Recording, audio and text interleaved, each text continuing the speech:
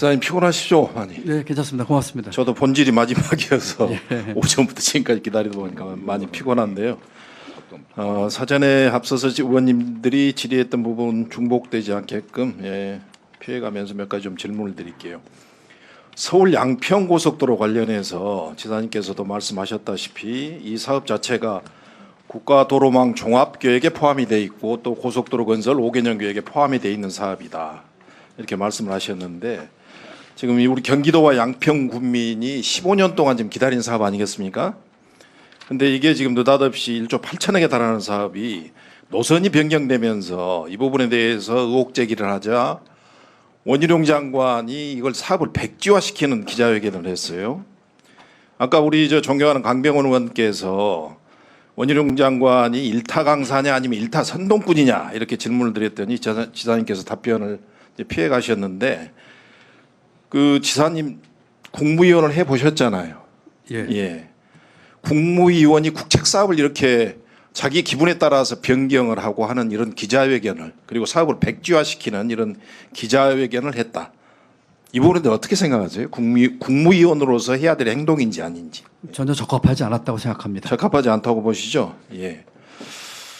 제가 생각할 때 지금 원희룡 국토부 장관 이런 독단적 행태는 국가재정법도 위배되어 있고 도로법 그리고 또 대도시권 광역교통관리에 관한 특별법에서 이렇게 정한 국책사업 변경 추진에 따른 사전 절차 등을 전혀 이행하지 않는 독단적인 결정이기 때문에 자칫하면 이게 명백한 직권 남용이 될 수도 있다. 이렇게 저는 개인적으로 생각을 하거든요.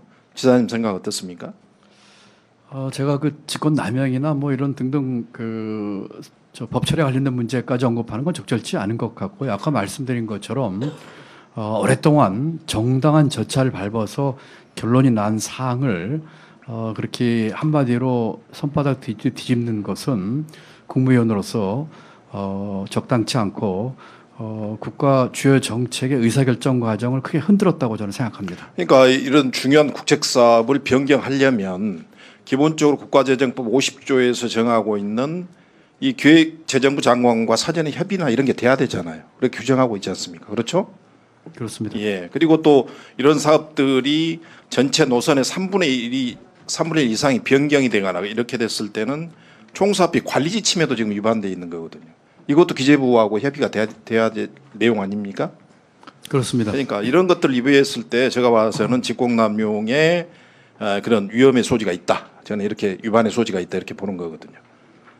그 부분은 판단하시기 어렵다. 자, 지사님, 전체적으로 지금 제기되고 있는 방금 그 김건희 여사 일가에 대한 특혜 의혹 그리고 또 거기에 지금 그 대통령 처가의 많은 소유 토지 그리고 또 최근에는 휴게소 운영 방식에 대한 지금 대통령 지인 찬스까지 여러 가지 지금 이야기가 나오고 있거든요. 이런 지금 논란에 대해서 우리 경기도에서 이런 부분에 대해서 사실관계를 혹시 확인해 본 게 있습니까?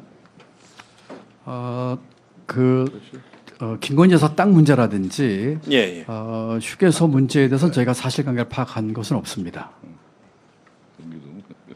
그다음에 그 휴게소 문제나 이런 부분들은 네, 휴게소 문제에 대해서 저희가 사실관계를 파악한 바는 없고요. 다만 도공에서 휴게소를 운영하는 방법에 있어서 자기들이 지어서 직접 해서 이제 임대를 주거나 또는 민자를 100% 투자를 받아서 25년간 운영권을 주는 식으로 해왔는데 갑자기 85%를 재정에서 도공에서 부담을 하고 15%를 투자한 민간 사업자에게 15년간 운영권을 준 것은 이제까지 없었던 첫 사례라고 하는 그런 보고는 받았습니다.